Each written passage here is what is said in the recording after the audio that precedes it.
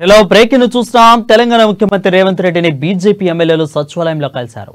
ముఖ్యమంత్రిని కలిసిన వారిలో బీజేపీ శాసనసభాపక్ష నేత ఏలేటి మహేశ్వర్ రెడ్డి, ఎమ్మెల్యేలు రామారావు పటేల్, పైడి రాజశేఖర రెడ్డిలు ఉన్నారు. ఇక ధాన్య సమస్యలు, రైతు సమస్యలు, ధాన్యం కొనుగోలుపై చర్యలు తీసుకోవాలని వారు ముఖ్యమంత్రిని కోరారు. ఇక వినతి పత్రంలో 9 అంశాలను ప్రస్తావిస్తూ సీఎం రేవంత్ రెడ్డికి అందజేశారు. వినతి పత్రంలో వర్షాలకు తడిసిన పంట కొనుగోలు చేయాలని, 17% తేమ నిబంధనలు తీసేసి కొనుగోలు జరపాలని, కొనుగోలులో 4 కేజీల తరుగు విధానం వద్దని, లారీలు, హమాలీలు, గన్ని బ్యాగ్ల కొరత కూడా లేకుండా చూడాలని, బి గ్రేడ్ విధానం ఎత్తేసి మద్దతు ధరకే పంట కొనుగోలు చేయాలని, మేనిఫెస్టో మేరకు క్వింటాకు 500 రూపాయల బోనస్ను, అదేవిధంగా ఆగస్టు 15 లోపు చేస్తానన్న రుణమాఫీ పూర్తి చేయాలని, రైతులు, కౌలు రైతులకు 15,000 రూపాయలు చెల్లించాలని, అదేవిధంగా హామీ ప్రకారం రైతు కూలీలకు 12,000 ఇవ్వాలని వినతి పత్రంలో బీజేపీ నేతలు పేర్కొన్నట్టు సీఎం రేవంత్ రెడ్డిని కోరారు.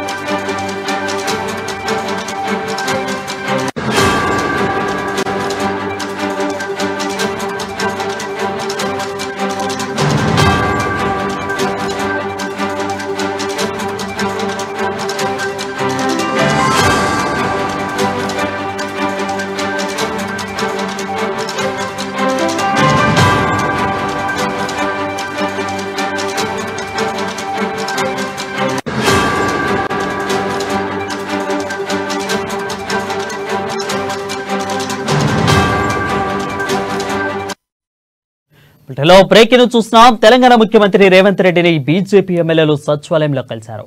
ముఖ్యమంత్రి కలిసిన వారిలో బీజేపీ శాసనసభాపక్ష నేత ఏలేటి మహేశ్వర్ రెడ్డి, ఎమ్మెల్యేలు రామారావు పటేల్, పైడి రాజశేఖర రెడ్డిలు ఉన్నారు.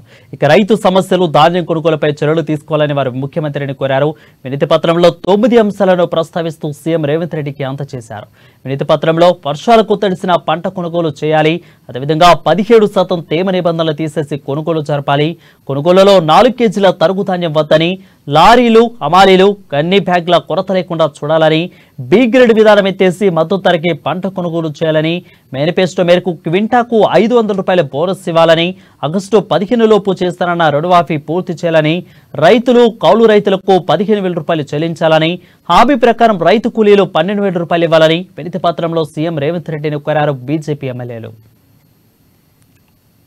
పడుతున్నటువంటి గోసేటువంటిదో ప్రతి రైతుకు తెలుసు. మరి కొనుగోలు విషయంలో జరుగుతున్నటువంటి జాప్యం కానీ, కొనుగోలులో జరుగుతున్నటువంటి అవకతవకలు కానీ ముఖ్యమంత్రి గారి దృష్టికి తీసుకెళ్తే ఇప్పుడు వెంటనే అధికారులను పిలిపించి ఈ సమస్యను వెంటనే పరిష్కరించాల్సిందిగా అధికారులను ఆదేశాలు ఇవ్వడం జరిగింది. మరి ముఖ్యంగా ఒక సంచికి 3-4 కిలోలు ఎక్కువగా జోకడం ఒకటి, అంతేకాకుండా కొనుగోలు చేసిన వెంటనే అక్కడ రసీదు ఇవ్వాల్సినటువంటి అధికారులు అక్కడ రసీదు ఇవ్వకుండా రైస్ మిల్ వెళ్లిన తర్వాత రైస్ మిల్లర్ ఇష్టానుసారంగా అక్కడ డిడక్షన్ చేసి మరి అక్కడ ఉన్నటువంటి చిట్టును పంపడం వలన రైతులు నష్టపోతున్న సంగతి ముఖ్యమంత్రి గారి దృష్టికి తీసుకెళ్తే నిజంగా వారికి ఆ విషయం తెలియదని అధికారులను పిలిపించేసి వెంటనే దాన్ని రెక్టిఫై చేయాల్సిందిగా కోరడం. మరి నేను ఇప్పటికైనా రేపటి నుంచి జరిగేటువంటి కొనుగోలులో వెంటనే కొనుగోలు జరిగిన వెంటనే అక్కడనే రైతుకి రిసీట్ ఇవ్వాల్సినటువంటి అవసరం ఉందని చెప్తే మరి ఆదేశాలు అయితే ఇచ్చారు. మరి రేపటి నుంచైనా కనీసం కొనుగోలు జరిగిన వెంటనే మరి వారికి అక్నాలెడ్జ్మెంట్ ఇవ్వాల్సిందిగా మేము కోరుతున్నాం. అంతేకాకుండా 3 కిలోలు 4 కిలోలు ఏ రకంగానైతే తేమ పేరు మీదనో తప్ప పేరు మీదనో